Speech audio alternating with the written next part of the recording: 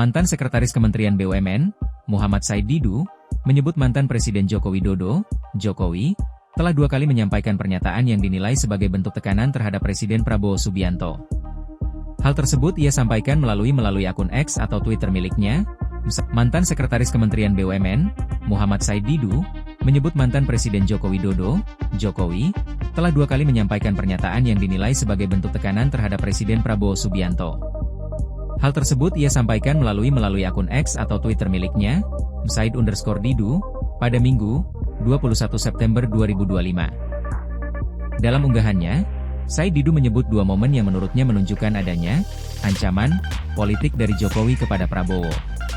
Pertama, pada 6 Juni 2025, terkait isu pemakzulan Wakil Presiden Gibran Rakabuming Raka. Kedua, pada 19 September 2025, ketika Jokowi secara terbuka menyatakan dukungannya kepada pasangan Prabowo Gibran untuk melanjutkan ke periode kedua.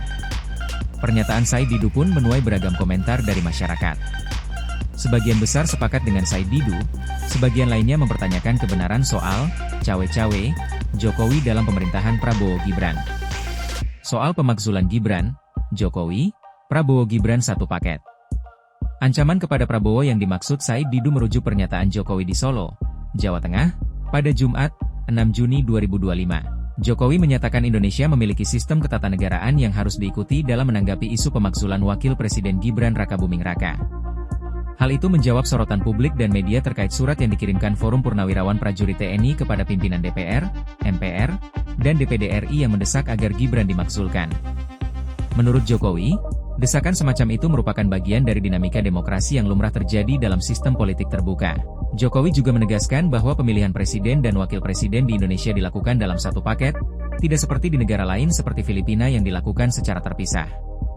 Ia menambahkan pemakzulan presiden atau wakil presiden hanya bisa dilakukan apabila terdapat pelanggaran berat, seperti korupsi, perbuatan tercela, atau pelanggaran hukum serius. Isu pemakzulan mencuat setelah Forum Purnawirawan Prajurit TNI mengirimkan surat bertanggal 26 Mei 2025 kepada pimpinan lembaga legislatif.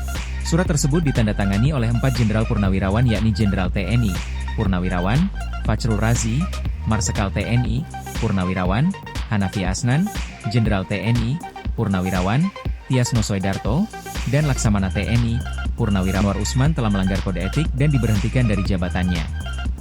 Selain aspek hukum, Forum juga menilai bahwa dari sisi etika dan kepatutan, Gibran tidak layak menjabat sebagai wakil presiden. Jokowi perintahkan relawan dukung Prabowo Gibran 2 periode. Sementara itu, ancaman kepada Prabowo kedua yang disebutkan Said Didu merujuk arahan Jokowi kepada relawannya.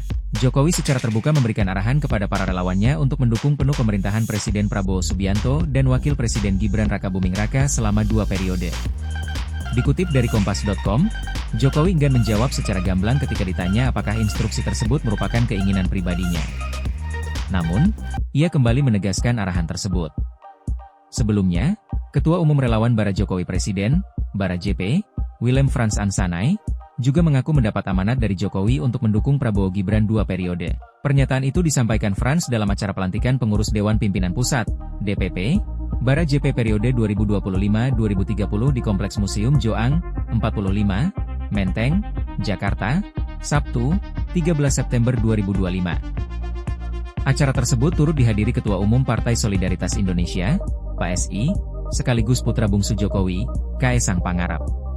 Menurut Frans, Jokowi berpesan agar relawan mengawal pemerintahan baru, sebab capaian 1 periode dianggap belum maksimal.